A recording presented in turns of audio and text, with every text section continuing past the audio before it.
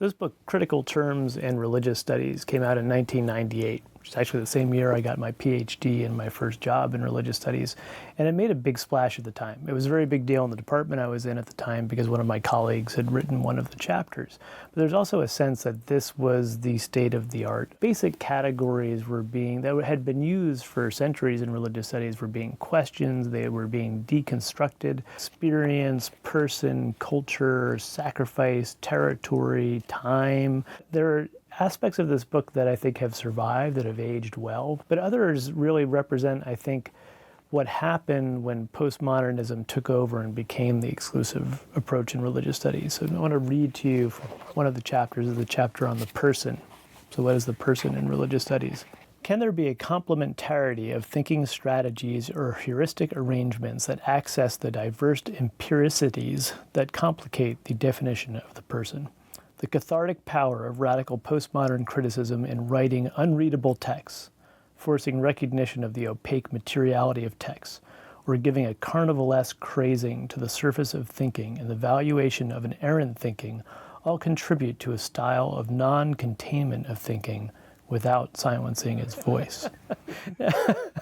Now, besides the fact that this actually makes no sense in English, it actually, I think, illustrates this problem we got into in religious studies when postmodernism became the dominant approach. It's against explanation. We can't explain anything because explanation is reductionistic. It assumes there's some kind of thing out there that we can explain. What you're left with is either just collection of interesting anecdotes. So here's an instance of this religious ceremony in this place at this time, or word games like this, where you're really kind of engaged in a one-upmanship of who can come up with the most self-deconstructing sentence.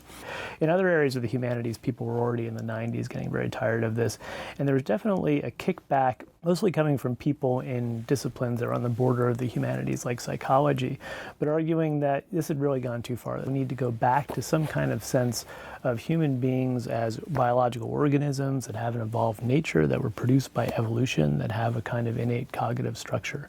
And so around the same time, so in the late 90s, early 2000s, there were a series of books like E.O. Wilson's Consilience or Steve Pinker's The Blank Slate was very important. The Psychological Foundations of Culture was also very influential. And one feature of all of these contributions is this shift back to strong nativism, if we want to talk about it that way, focusing on the evolved cognitive structures that human beings come equipped with, pre-equipped with. There was not a whole lot of work in the early period on culture as an independent force in religious cognition and behavior. And this is something that's changed more recently. So there's been a swing back toward the middle a bit, taking culture into account as an independent force.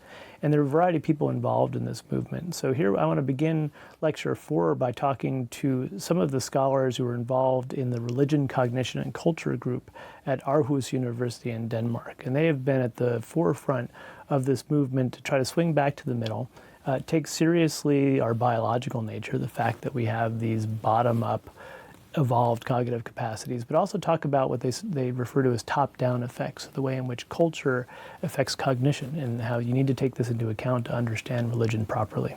So we have it in us, in our psychology, to learn from each other. And this is what culture is. We're learning culture. We're learning this network of knowledge. It's also a network of feelings. And we're trying to plug in. We can't download all of our culture, but we can learn how to plug in, okay? If we can just get into that matrix somehow, then our very being is functional and useful and meaningful.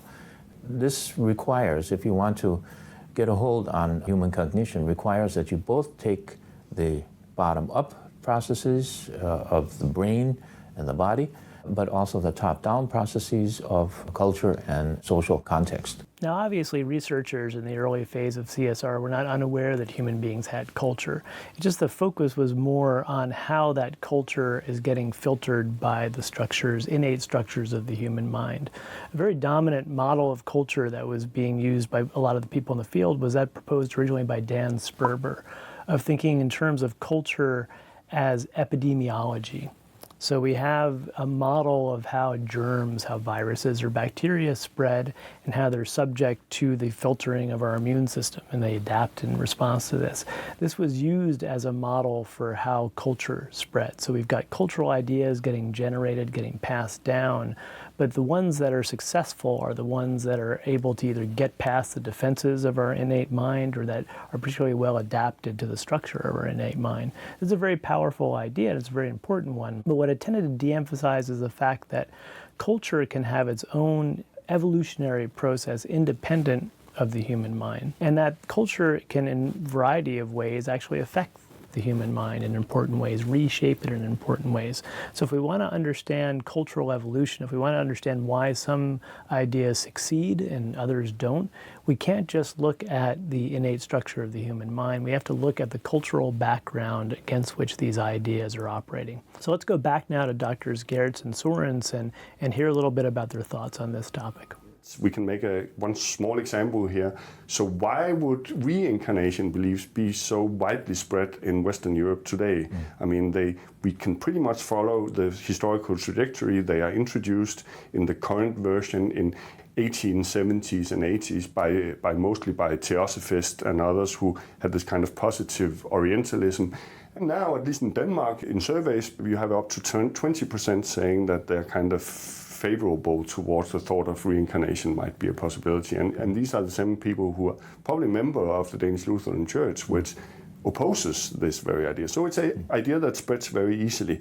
Now, how do we explain that this idea spreads very easily at the same time as ISKCON, also known as the Hare Krishna movement, that everybody, I guess, have met some of these folks that run around in weird orange clothes and sing and dance in the street, have been a spectacular failure in missionizing in Europe. I mean, they hardly have more members now than they did 50 years ago, which is a fraction of the population you don't even want to, count. It's such a small one.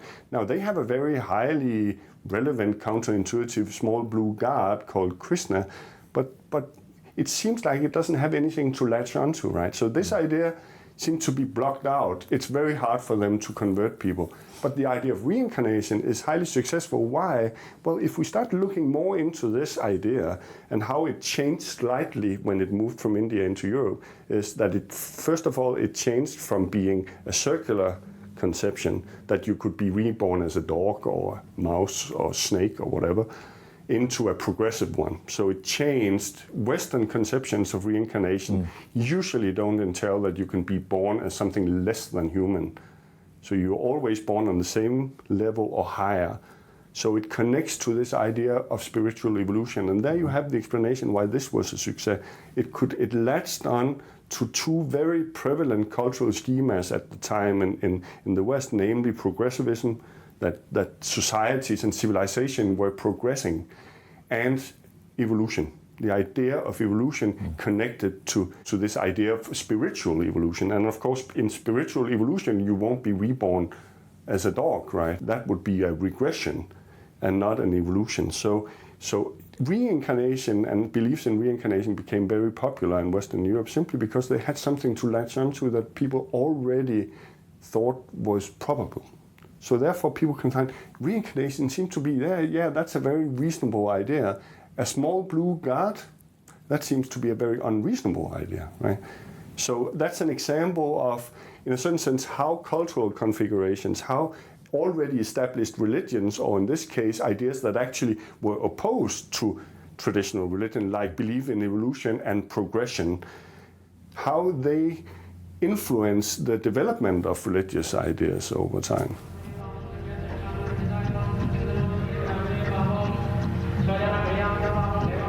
One way in which the equal importance of genes and culture, innate structure and inherited cultural structure, have been theorized has been dual inheritance theory. So this is a theory that has been arguing human beings are shaped by two streams of information transfer. We've got genetic information transfer that's happening through biological generations, but we also have cultural evolution, cultural transmission that's following its own independent cultural evolutionary trajectory.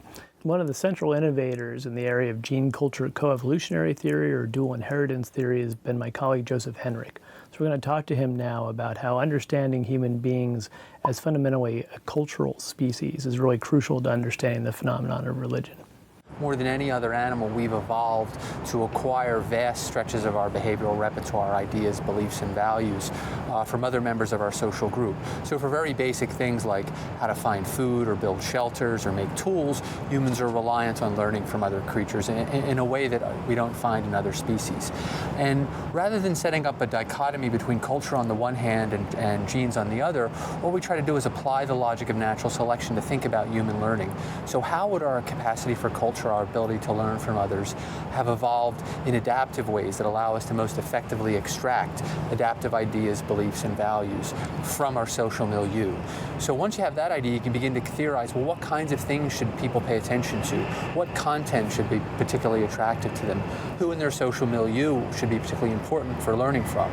So we know, for example, that young children will key in on information about dangerous animals, and they'll readily acquire, and this will stick in their heads, and they'll remember which animals are dangerous and which are not. More so than algebra. Exactly. So there's a bias in what they remember, what's salient to them, and we can get to this through the application of natural selectionist thinking and thinking about how our minds might have been shaped. And we find this in different societies.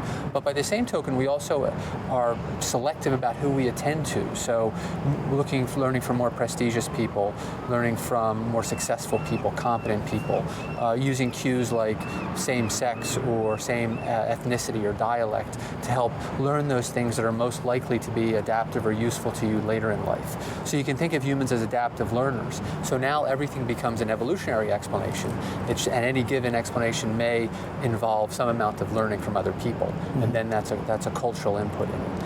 And so we know that culture affects large swaths of human psychology and decision making, but it's got to be intermixed with what we know about sort of basic psychological processes, basic aspects of cognition. Right, great. So how would you apply this to religion, explaining religious behavior and belief? Yeah, so what my colleagues and I have done is to say, humans have some basic psychological processes, like our ability to represent other minds, and the fact that we tend to think dualistically, that we can separate the mind and the body, even though minds and bodies can actually be separated.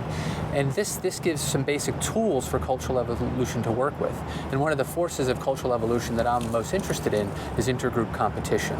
And so we can then favor certain kinds of supernatural agents that allow groups to succeed in intergroup competition, that make a social group more cohesive, more cooperative, enforce internal harmony. And this is going to favor supernatural agents which can do those things. And this might be an agent that has the power to punish and monitor and make sure that people obey the local norms even when they don't have to, and they're outside the monitoring eyes of other members of their community. Okay. It also might favor rituals that help build solidarity among social groups. So this is taking the basic ingredients that are supplied by our evolved aspects of our cognition, but then building on it and rejiggering it in ways that lead to group benefits. How does the building and rejiggering happen? So is there an evil genius who's thinking, what's the best way to design a religion so that we can cooperate better? What are the mechanisms that you'd propose? I think that one interesting way to approach that is to look at actual cases. In Papua New Guinea, there's this region of Papua New Guinea called the Sepik region, and their villages typically don't grow above 300 people. And anthropologists in the 1950s and 60s were puzzled by how come they couldn't scale up beyond 300 people. And then they discovered one village that had 500 people. So an anthropologist named Donald Tuzin went to that village. And this is particularly interesting because this is a region of endemic warfare, where your ability to win fights and battles depends on how many soldiers or how many men you can put on the battlefield. So strangely, these other communities couldn't scale up, but this one had figured out. And what had happened is this group had copied the ritual and economic, integrated ritual and economic and religious beliefs of a very successful group. But in the course of copying them, they made some modifications or twists by mistake. These were errors in the transmission process that made the ritual system even better, and had a belief system that had supernatural punishment and had gods that were bigger and gods of the village rather than just of the small clan. And this allowed this group to scale up and then succeed where the other groups didn't. So this mistaken copying would be an analog to mutations in genetic Exactly, evolution. exactly. So it's a random change that then Right. has adaptive benefits. And there's a selective process because they learned this stuff from a group that was already successful, and then in the process of transmission, it got modified. Okay. And they were trying to copy it exactly because they thought if they could get the exact same beneficial effects, then they would be able to win. But it turns out they actually got something better. Okay. And so if you step back from this and zoom out, this process is going on all the time. Sometimes when groups copy, they might make a worse copy, and then they just disappear in history. But whenever they get something that's a bit better, that can proliferate. So